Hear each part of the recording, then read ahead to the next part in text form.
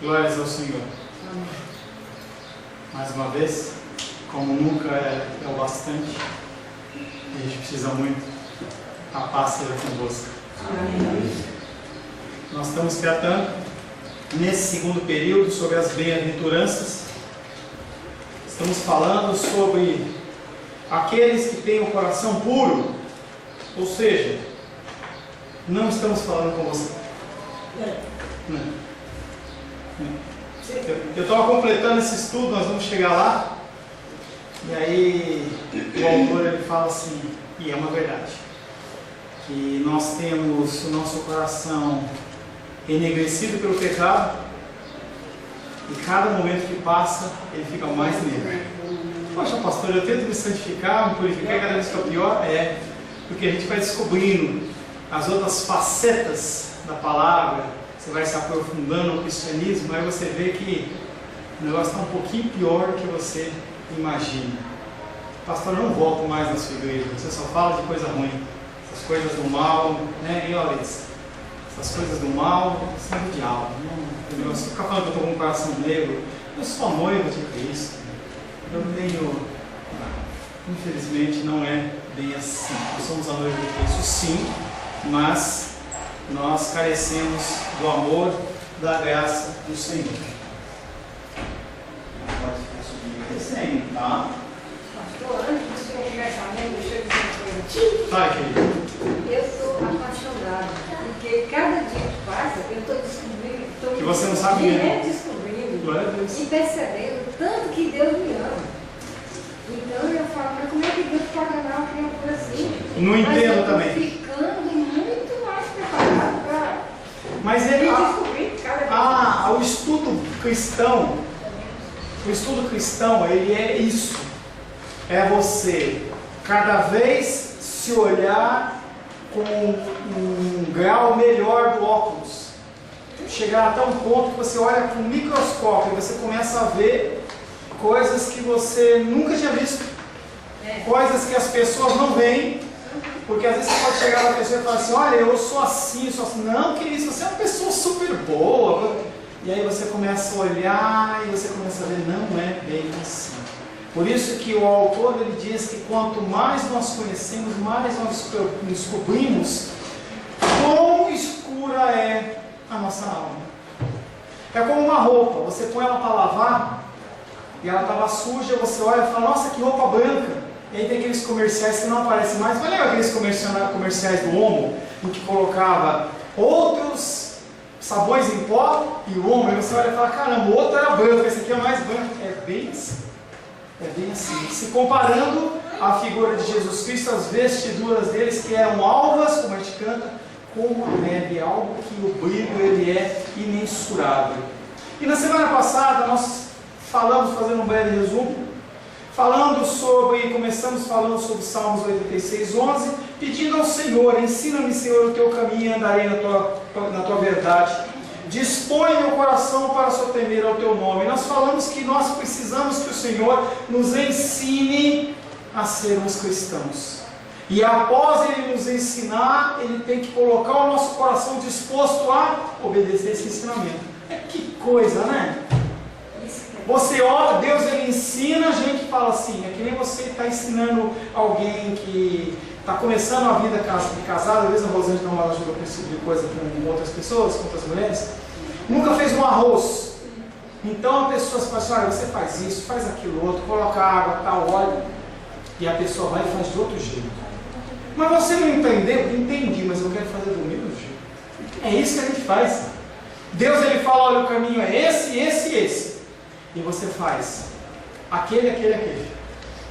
E mesmo assim o Senhor ele continua nos ensinando, continua nos insistindo.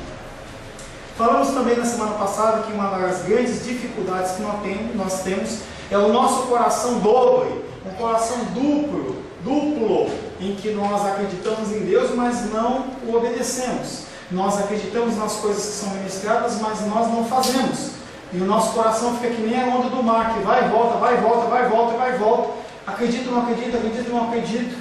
E isso é muito ruim. Temos acompanhado a titia com o problema de posição dela. E aí vê pressão alta, pressão baixa, pressão alta, pressão baixa. O nosso organismo não é preparado para esse tipo de coisa. Como também na nossa vida espiritual, esses sobes e desces, muito mais desces do que sobes, eles são totalmente danosos. Nossa fé ela fica fragilizada, o nosso emocional fica fragilizado. As pessoas elas não conseguem ter um crescimento nesse tipo de vida, porque ela começa a subir a montanha, cai. E não é que a gente não tem que cair, mas a gente com a caminhada, você tem que começar a aprender a cair menos. É que nem uma criança de colo. A criança de colo você coloca em pé, ela tchum, coloca ela tchum, daqui a pouco ela se tira uma perninha, daqui a pouco dá um passinho. O tropeçar e cair fica algo que fica muito menos frequente. Isso tem que começar a ser na nossa vida cristã. É o nosso objetivo. Não é você estar ligado a mim, entendeu, o resto da sua vida, em aconselhamento, em ligação, mas que você comece a caminhar. Você tem que começar a caminhar. Aonde você estiver, você tem que aprender a caminhar. Nós falamos que o coração limpo é o coração que não está dividido. E para isso nós temos que ter uma santificação progressiva, que é exatamente o que o dos Reis falou. Nós vamos percebendo que independente da nossa vida, o Senhor ele vai mudando, transformando, e é uma transformação paulatina em que nós podemos talvez não ver as nossas mudanças, mas que o Senhor, na sua sabedoria, ele vê.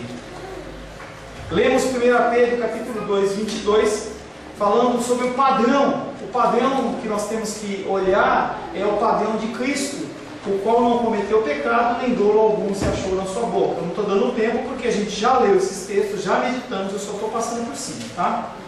O objetivo do cristianismo é nos levar a Deus. Esse é o objetivo. O objetivo é vida eterna. O objetivo é transformação e mudança do meu coração e do seu coração. Não é você ser rico, não é você ter casa, não é você casar, não é você ter saúde, mas é levar você a Deus, independente do jeito que seja. Infelizmente, homens e mulheres costumam reduzir tudo isso a uma questão de decência, moralidade, e o cristianismo não é isso. Você pode falar assim, mas eu não roubo, eu não mato, eu não faço isso, eu não adultero, eu não faço... Não, mas o padrão não é o homem, o padrão é Deus. E as pessoas elas ficam confusas, achando que o padrão de moralidade social delas é suficiente no cristianismo, e não é suficiente. É um passo, é um dos muitos passos. Jesus Cristo ele é a porta. Quando nós batemos na porta, a porta se abre. E aí você começa uma caminhada cristã. E é isso que nós trabalhamos aqui. Na dimensão espiritual não se pode misturar luz e trevas. Então, a cada dia que passa, você tem que estar com as suas vestes cada vez mais limpas. Você continua pecando, você continua errando, continua tropeçando, continua se pegando, entendeu? Em situações que você fala assim, de novo! De novo. E aí você vai de novo para a cruz, pedindo perdão ao Senhor. Eis a razão pela qual precisamos ser limpos de coração, antes que possamos ver a Deus. E aí o objetivo é ver a Deus. Bem-aventurados os limpos de coração, porque veem a Deus. Nós tratamos rapidamente na semana passada sobre o que é ver Deus. Será que na nossa vida natural nós vamos ver Deus? E se vamos ver, nós vamos ver de que maneira? Seria essa a afirmação: ver Deus, algo objetivo ou algo espiritual? Ou será que é uma mescla das duas coisas? Há afirmações das Escrituras que parecem indicar tanto uma coisa como outra. Você deve estar lembrado daquilo que Moisés experimentou. Moisés ele era um homem que se relacionava com Deus como ninguém. O Senhor ele falava com ele face a face. Era algo... A gente não sabe, inclusive, o que é esse face a face. Não é especificado. Porque em certo momento, Moisés olha para Deus e fala: Deus, quero ver o teu rosto.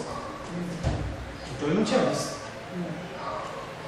E aí o Senhor olha para ele e fala assim: Moisés, eis que colocarei... É uma das passagens mais bonitas que eu gosto, em especial no Antigo Testamento. Eis que colocarei você na fenda da rocha, E aí te cobrirei com a minha mão. E quando eu passar, você vai ver toda a minha bondade. O Senhor Deus, Ele é multifacetado nas suas características. Ele é Deus que consegue ser justo e irado, e amoroso e misericordioso.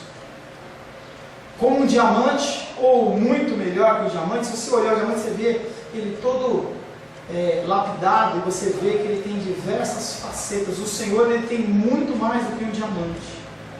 E Ele apresenta para Moisés a sua bondade, porque se Ele se apresentasse perante Moisés, atendendo a oração dele, ele morria. Certa feita, Deus levou-o a sós, colocou-o na frente de uma rocha, e Ele disse que lhe daria uma visão de si mesmo. Não era a sua face, era uma visão. Não obstante, o Senhor ajuntou que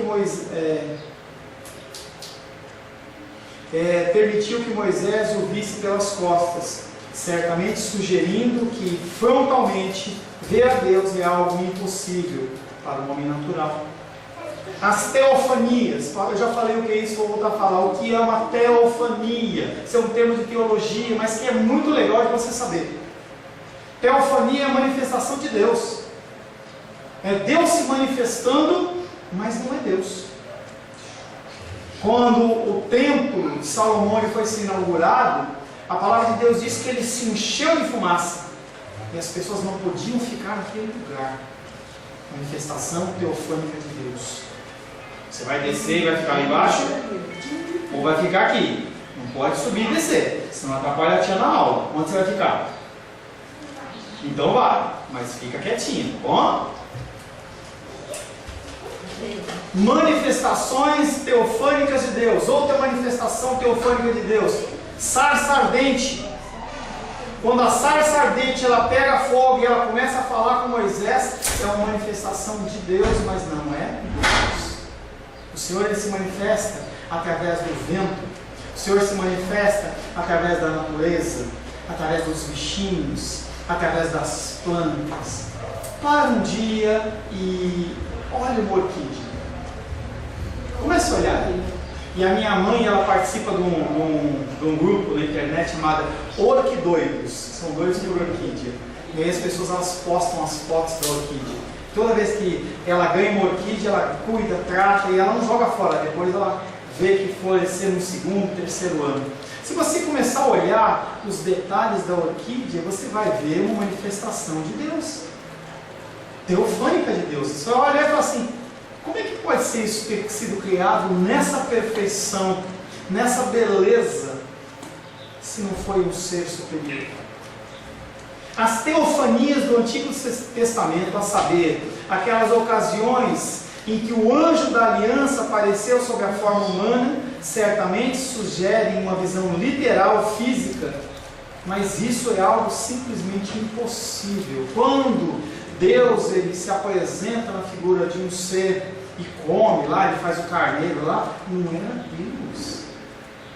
A figura de Deus dentro da Santíssima Trindade, que nós temos a figura de Deus que é composta de Deus Pai, Deus Filho e Deus Espírito Santo. E aí uma coisa que você tem que entender: quando você pensa em hierarquia, o que está acima manda mais do que está embaixo. Edilene era da aeronáutica, autograduada, abaixo dela tinham muitas pessoas. Se ela desse um comando, as pessoas tinham que obedecer. Mas dentro do âmbito espiritual não é assim. Quando você pensa, eu já fiz esse exemplo para vocês. Olha aqui, o exemplo da Santíssima Trindade, que Deus Pai está em cima, Deus Filho e Deus Espírito Santo, não é nessa posição, é assim, ó, deitado. Deus Pai não anda mais que Deus Filho, não anda mais que Deus Espírito Santo. Cada um tem uma função diferente. Isso vale também para a igreja. Eu tenho falado isso para vocês. Eu, como pastor, eu não mando mais, eu tenho uma função diferente de vocês. Tenho uma função diferente do Sebastião. Tenho uma função diferente da Diene e da Denola lá embaixo. Mas eu não sou melhor, eu não sou mais especial, não sou mais ungido.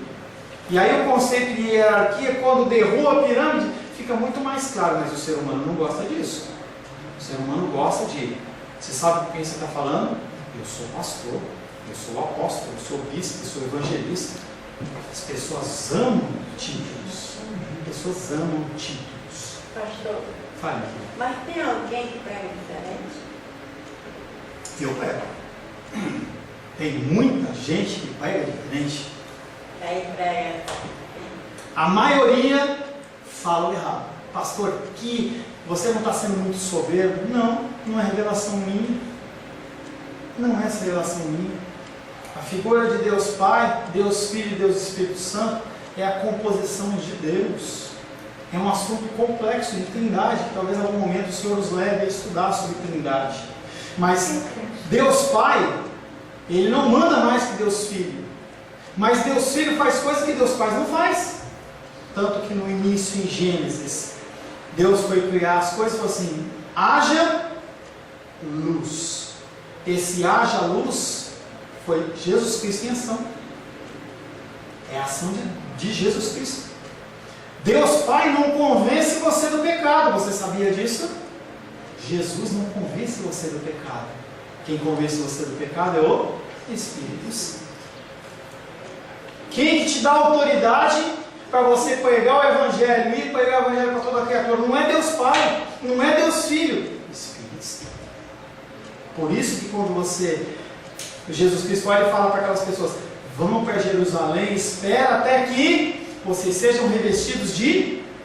Por que Jesus já não orou e ele já passou o poder para os caras? Porque não é a função dele. Ele não tem essa característica, não é a função dele. A função é de quem? Espírito Santo. Cada um tem a sua função. Não me cutuquem, porque eu tenho que orar para o Senhor para dizer o que é que nós vamos trabalhar na semana que vem. Esse tema da Trindade, ela já... Semana que vem na outra. Esse tema da Trindade já tem cercado, entendeu? Mas algumas coisas nós precisamos construir antes, porque eu não quero simplesmente colocar um conceito na sua boca e empurrar a goela abaixo. Eu quero que você entenda. Por isso que o Senhor ele vem trazendo conceitos para a gente ser construído que nem uma casa. Semana passada a Edilene, ela tinha um aconselhamento comigo, cancelou porque tinha uma obra na casa dela. A obra ela tem toda uma sequência para funcionar. Se eu trouxer para você algo que você não entende, simplesmente você vai acreditar porque eu estou falando e você não vai entender, não é o objetivo. Então, apesar de eu querer explicar, entendeu? Poder explicar não é o objetivo e a gente vai simplesmente citar. Como foi o caso que eu falei para vocês na semana, antes do intervalo, sobre a figura de Jó, que o diabo fala, e o diabo cercou. Não, o diabo não fez nada daquilo, né? Uma tradução errada. Tem toda uma explicação teológica em cima disso aí, entendeu? E que basicamente, se eu fizer, eu vou enterrar na sua garganta. Mas basicamente, como é que Satanás ele é expulso do céu e ele se apresenta na presença de Deus sem Deus ter convocado ele? Como é isso? Tá? Mas fica para outro momento. Nossa, agora é limpeza de coração. Não se preocupa com o diabo, não. Ele já tem os problemas dele. Ele já foi julgado antes da fundação do mundo. Tá? Afirmações. As teofanias do Antigo Testamento, a saber, aquelas ocasiões em que o anjo da aliança apareceu sob a forma humana, certamente sugerem que a visão literal física é algo simplesmente impossível. Além disso, recordemo-nos da declaração feita pelo nosso Senhor, palavras essas que certamente sugerem a existência de certa forma. João capítulo 5, verso 37, por favor. Alguém que não leu, eu quero que leia. Quem já leu, deixa para o outro. João capítulo 5, 37. Por favor, Laurides, leia para nós. Uma voz de muitas águas. Pode ficar sentada, tá? O Pai que me enviou, esse mesmo é que tem dado testemunho de mim. Jamais tenho ouvido a sua voz, nem visto a sua forma. Ninguém viu a Deus. Jesus Cristo, ele é aquele que se revela como Deus. E se você quer conhecer a figura de Deus, você tem que conhecer Jesus Cristo. Não é conhecer o Espírito Santo. Você, para conhecer Deus, você precisa conhecer Jesus Cristo. E Jesus Cristo ele é revelado através da palavra. Em outra oportunidade, Jesus afirmou, ainda em João, capítulo 6, verso 46.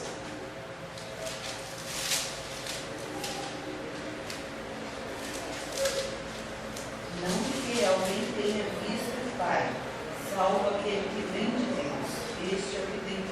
O único que viu a Deus foi Jesus Cristo.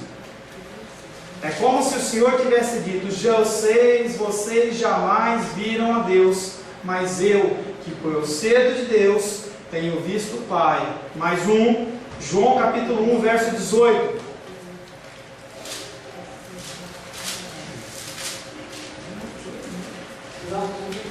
João 1, 18. Viu a Deus, o Deus unigênito, que está no seio do Pai, é quem o revelou.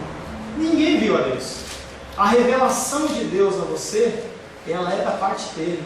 Tem pessoas que falam assim: não, eu vou buscar Deus, se Deus não colocar isso no teu coração, primeiro, você não vai fazer. Segundo, você não vai encontrar nada. É Ele que se auto-revela a você. Por isso que quando nós vamos estudar as Escrituras, a primeira coisa que nós temos que fazer é: Deus, abre o meu entendimento. Me ensina, lembra do versículo de oração?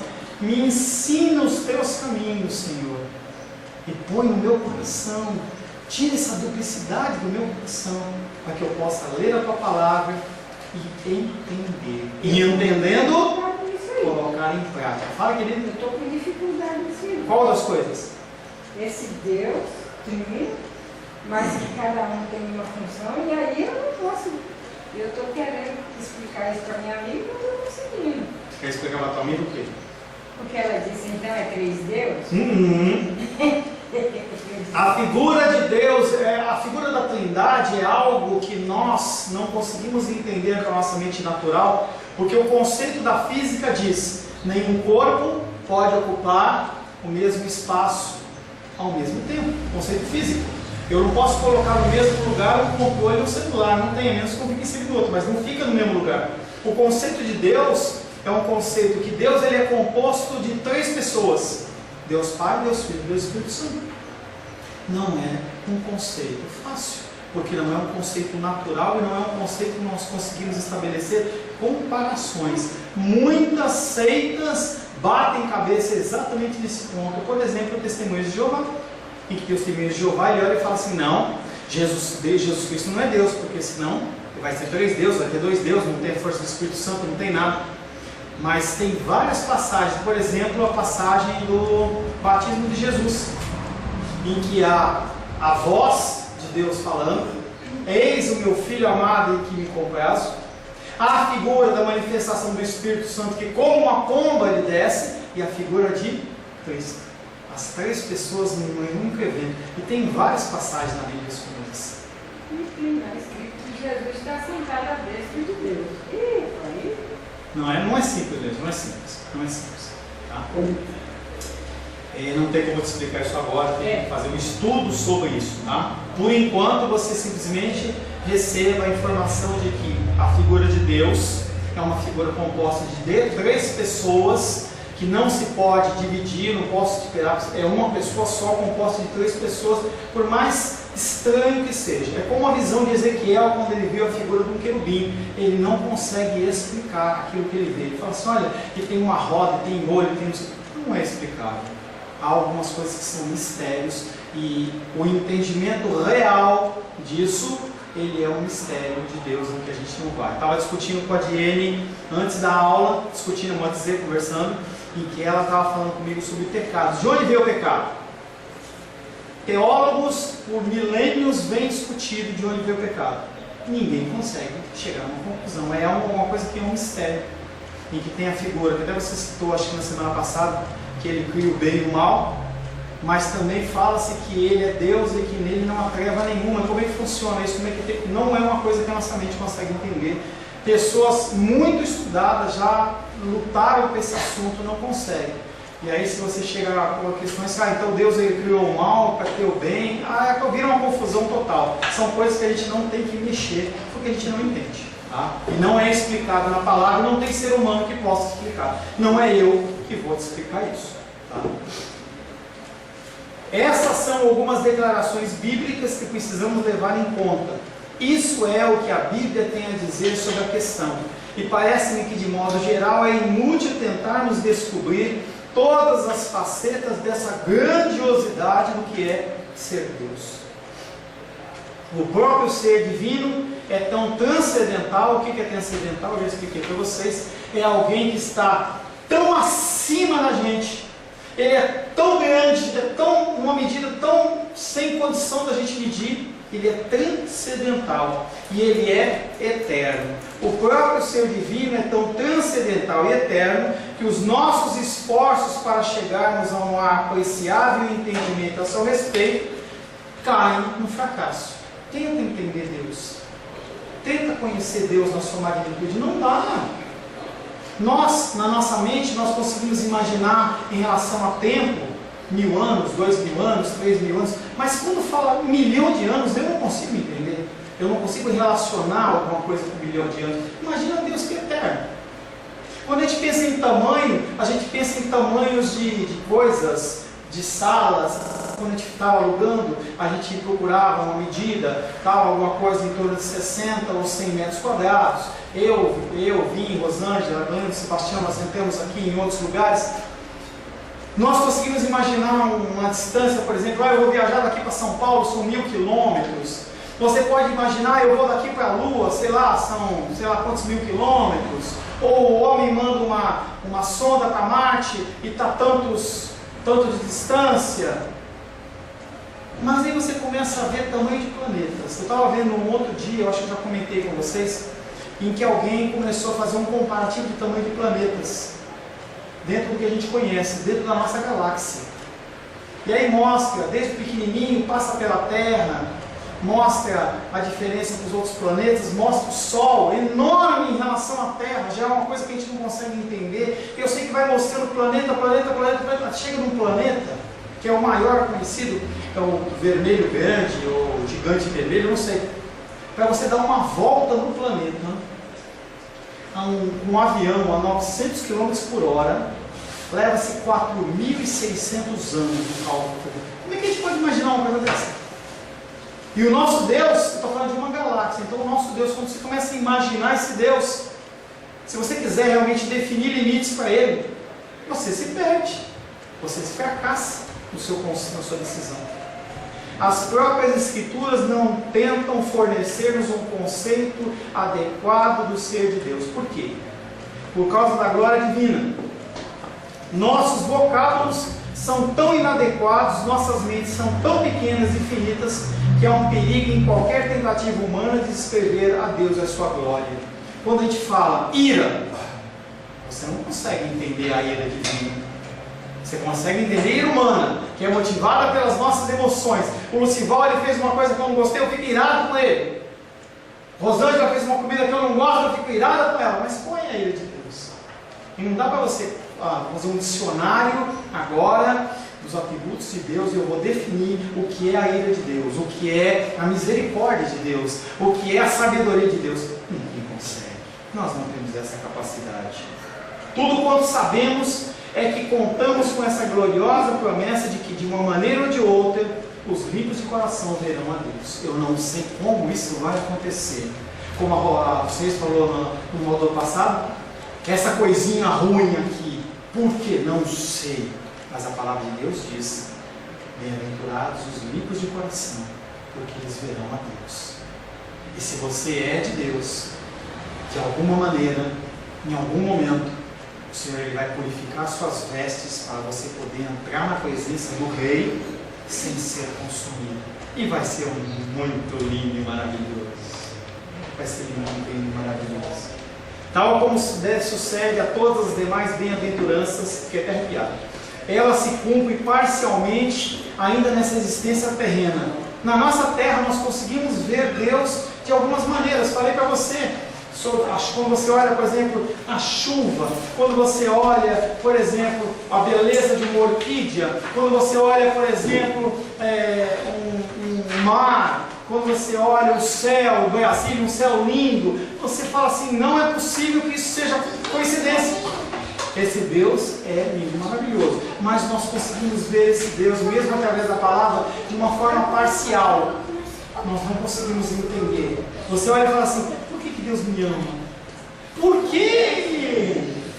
Por quê? Não sei.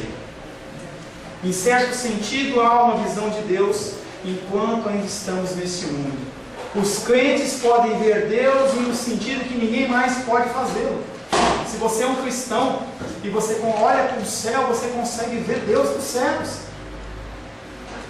O crente vê Deus na natureza, enquanto o descrente não pode vê-lo. Por que as pessoas destroem a natureza como destroem?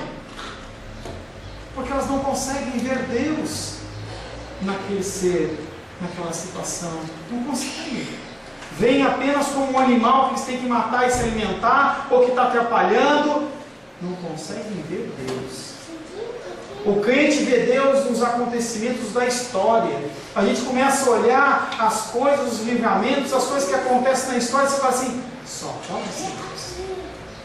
O crente vê Deus em Jesus.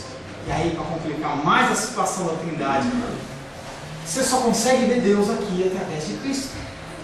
Há uma visão que é possível aos olhos da fé, que é desconhecido aos outros.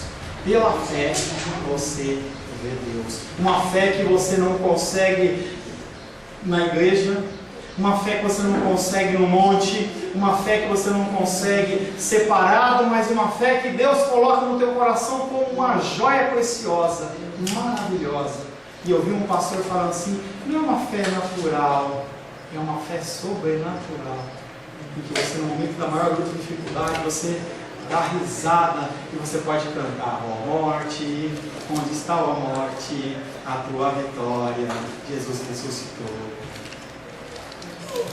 Porém, existe também um outro modo de sentir que Deus está próximo, de conhecê-lo e se alegrar com a sua presença. Hebreus 11, 27.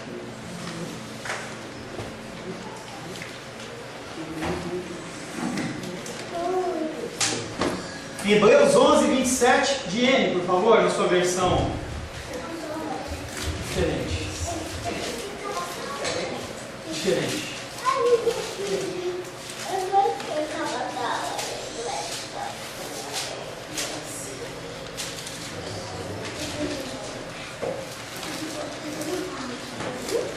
Foi pela fé que deixou o Egito, sem temer o furor do rei, e resistiu, como se visse o invisível. Pela fé.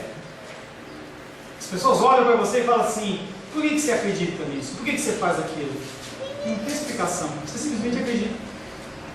Não há uma explicação. Milagre. Você ouve, você vive ou você não vive. Fé. Ou você tem ou você não tem. Então, o que você diz de Deus? Deus aumenta-nos a fé. Ah, bom, aí a Bíblia fala, como é que se aumenta a fé? Através do ouvir e ouvir a palavra de Deus. Quanto mais você ouve a palavra de Deus, quanto mais você medita na palavra de Deus, mais a sua fé, ela cresce. A pessoa está falando de ansiedade, vai lá no Evangelho e fala: não andeis ansiosos por coisa alguma, antes buscai o reino de Deus e a sua justiça, e todas essas coisas serão acrescentadas. Pega esse versículo, coloca no teu bolso. A Diana está estudando hebraico, ela está com um papelzinho aí. Coloca no bolso, coloca no vidro do carro, coloca na geladeira, onde você passar. Quando você começar a ficar ansioso, não andeis ansiosos de coisa alguma. E outra passagem: não andeis ansiosos de coisa alguma, antes colocar tudo na presença de Deus, com orações, súplicas e ações de graças. Você precisa ter instrumentos para guerrear contra isso. E essa guerra do corpo contra o espírito, ela só é vencida através da palavra. Se você tem esses versículos, não é usar o versículo de uma forma mágica, como se fosse uma... Às vezes você vai na casa das pessoas, está lá aberto no Salmo 91, para os espíritos saírem. Não é isso. É o entendimento de que aquele versículo ele é verdadeiro e é o próprio Cristo. Perante as trevas aparece a luz e as trevas não prevalecem contra a luz. E aí você vai ficando, deixando-se ansioso, porque aquele versículo ele passa a ser feito, passa a ser parte da sua vida. O seu coração fica gravado no teu coração. Eu não posso ficar ansioso porque o Senhor está comigo. A hora que começa a bater aquele friozinho no estômago, eu devo estar com fome, né? Eu estou cantando as palavras, estômago. Estômago, você saca o versículo e dá na cara do diabo, como aconteceu em Mateus 4. Ele foi levado pelo Espírito ao deserto. Foi Deus que levou? Não. Jesus foi sozinho? Não. Quem que levou Jesus ao deserto? O Espírito, função do Espírito Santo. Levou Jesus Cristo ao deserto e ali ele passou 40 dias sem comer. Ele bebeu água, senão ele morria seco. Ele fez um jejum de 40 dias sem comer. E após 40 dias ele teve fome.